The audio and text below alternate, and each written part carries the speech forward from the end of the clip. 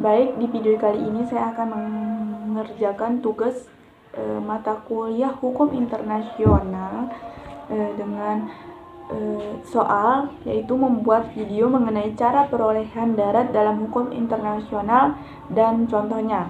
Oke, cara perolehan wilayah darat dalam hukum internasional yang pertama yaitu disebut dengan akresi. Yang dimaksud dengan akresi dalam hal ini yaitu penambahan wilayah yang disebabkan oleh proses alamiah, misalnya terbentuknya pulau yang disebabkan oleh endapan lumpur muara sungai, atau mengeringnya bagian sungai disebabkan oleh terjadinya perubahan aliran sungai, atau terbentuknya pulau baru yang disebabkan oleh letusan gunung berapi. Oke, cara yang kedua di sini disebut dengan cesi. Cesi adalah penyerahan wilayah secara damai yang biasanya dilakukan melalui perjanjian perdamaian untuk mengakhiri perang, atau dengan cara-cara yang berbeda. Misalnya, pembelian Alaska pada tahun 1816 oleh Amerika Serikat dari Rusia, atau ketika Denmark menjual beberapa daerahnya di West Indies kepada Amerika Serikat pada tahun 1916. Contoh lain adalah wilayah Schleswig pada Perang Dunia I diserahkan oleh Australia kepada Prusia atau Jerman. Oke, cara yang ketiga di sini disebut dengan okupasi.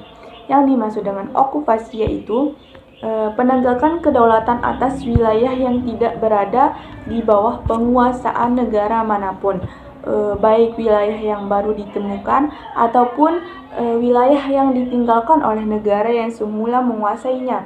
Nah, penguasaan tersebut harus dilakukan oleh negara dan bukan oleh orang perorangan. Baik, selanjutnya yaitu contoh dari okupasi. Contoh dari okupasi yaitu beberapa waktu yang lalu ada sengketa Pulau Miangas. Nah, Miangas adalah pulau terluar Indonesia yang terletak dekat perbatasan antara Indonesia dengan Filipina. Nah, Miangas adalah salah satu pulau yang tergabung dalam gugasan Kepulauan Nusa yang berbatasan langsung dengan Filipina. Masyarakat setempat menamakan Miangasa yang berarti menangis. Nah, atau kasihan karena letaknya sangat terpencil dan jauh dari jangkauan transportasi laut. Pulau ini merupakan satu pulau terluar Indonesia sehingga rawan masalah perbatasan, terorisme, serta penyeludupan. Nah, putusan Mahkamah Internasional atau MI, International Court of Justice, tanggal 17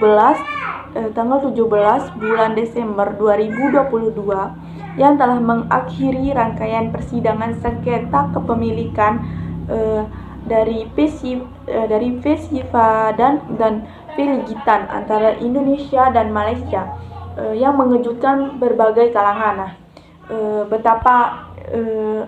Yang mengejutkan beberapa kalangan karena keputusan ICJ mengatakan kedua pulau tersebut resmi menjadi milik Malaysia. Sengketa Indonesia dengan Filipina adalah perairan laut antara Miangas Indonesia dengan pantai Mindanao Filipina, serta dasar laut antara Balut Filipina dengan pantai laut Sulawesi yang jaraknya kurang dari 400 mil.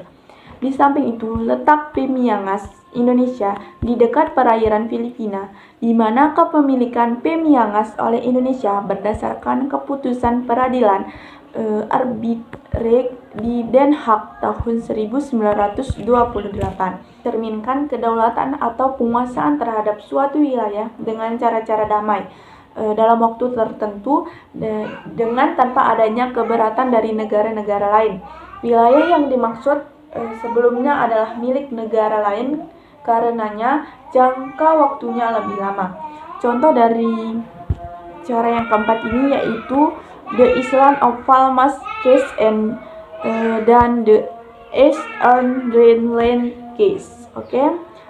Selanjutnya itu cara yang kelima yaitu aneksasi. Nah, yang dimaksud dengan aneksasi dalam hal ini yaitu menurut Kamus aneksasi merupakan pengambilan dengan paksa tanah atau wilayah orang atau negara untuk disatukan dengan tanah negara sendiri. Penyerobotan atau pencaplokan. Nah, teori yang keenam atau teori yang terakhir disebut dengan referendum.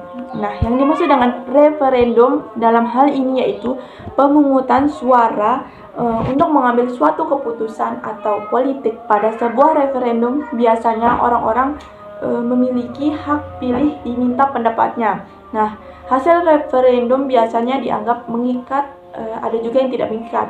Jika mengikat, maka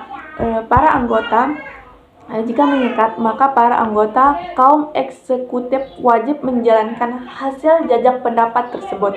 Di beberapa negara tertentu seperti Belanda, referendum tidaklah harus mengikat.